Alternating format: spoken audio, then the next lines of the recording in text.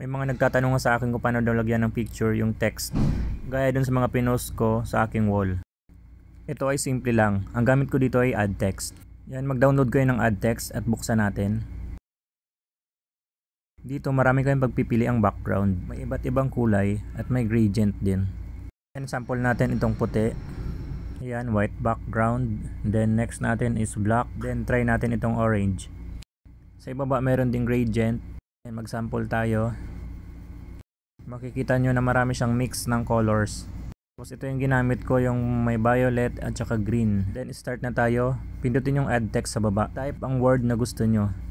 Dito dahil malapit na ako mag 21,000, ilang kembot na lang, gagawa na natin ng advance ang aking 21k followers.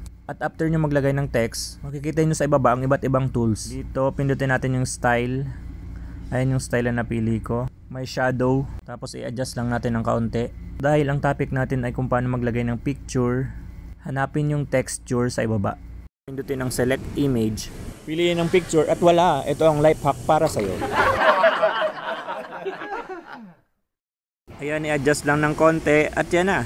Pwede mo na siyang i-post sa iyong timeline. Don't forget to like and follow my page. Bye-bye!